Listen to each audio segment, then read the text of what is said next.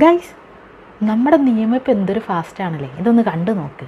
Honey റോസിന്റെ Facebook post താഴെ സ്ത്രീവിരുദ്ധ comment ഇട്ട കേസിൽ ഒരാളെ അറസ്റ്റ് ചെയ്തു എന്നുള്ളതാണ്. 30 പേർക്കെതിരെ കേസെടുത്ത പോലീസ് ഇപ്പോൾ ആദ്യ അറസ്റ്റ് ഉണ്ടായിരിക്കുന്നു.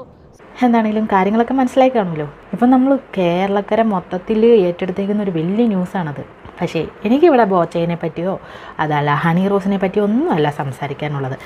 നമ്മുടെ നാട്ടിലെ നിയമത്തിനെ പറ്റി 1-2 വാക്കുകൾ പറഞ്ഞില്ലെങ്കിലേ ശരിയാവത്തില്ല എന്ന് തോന്നി. സെലിബ്രിറ്റി ആയിട്ടുള്ള നമ്മുടെ ഹണി റോസ് ഒരു കംപ്ലയിൻറ്റ് കൊടുത്തപ്പോഴത്തേക്കും വിത്തിൻ മണിക്കൂറുകൾക്കുള്ളിൽ 30 പേരെയൊക്കെ അറസ്റ്റ് ചെയ്തു എന്ന് പറയുമ്പോഴത്തേക്കും ഇത്രയും ഫാസ്റ്റായിട്ടുള്ളൊരു നിയമം നമ്മുടെ കയ്യിലുള്ളപ്പോൾ നമ്മുടെ ഹേമ കമ്മിറ്റി റിപ്പോർട്ടിൻ്റെ ആ ഒരു പ്രശ്നമൊക്കെ ഇപ്പോൾ എവിടെ പോയെന്തോ.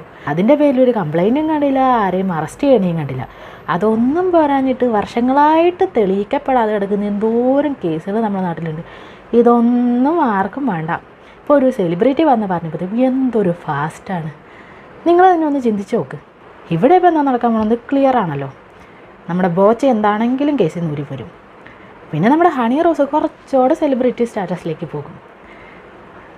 എന്നാൽ നമ്മുടെ പാവപ്പെട്ട കുറച്ച് കമൻറ്റ് ഗോളികളുണ്ടല്ലോ, ഇപ്പോൾ അറസ്റ്റ് ചെയ്യപ്പെട്ടവർ അവർ ജയിലിലേക്ക് പോകും. അത്രേ ഉള്ളൂ.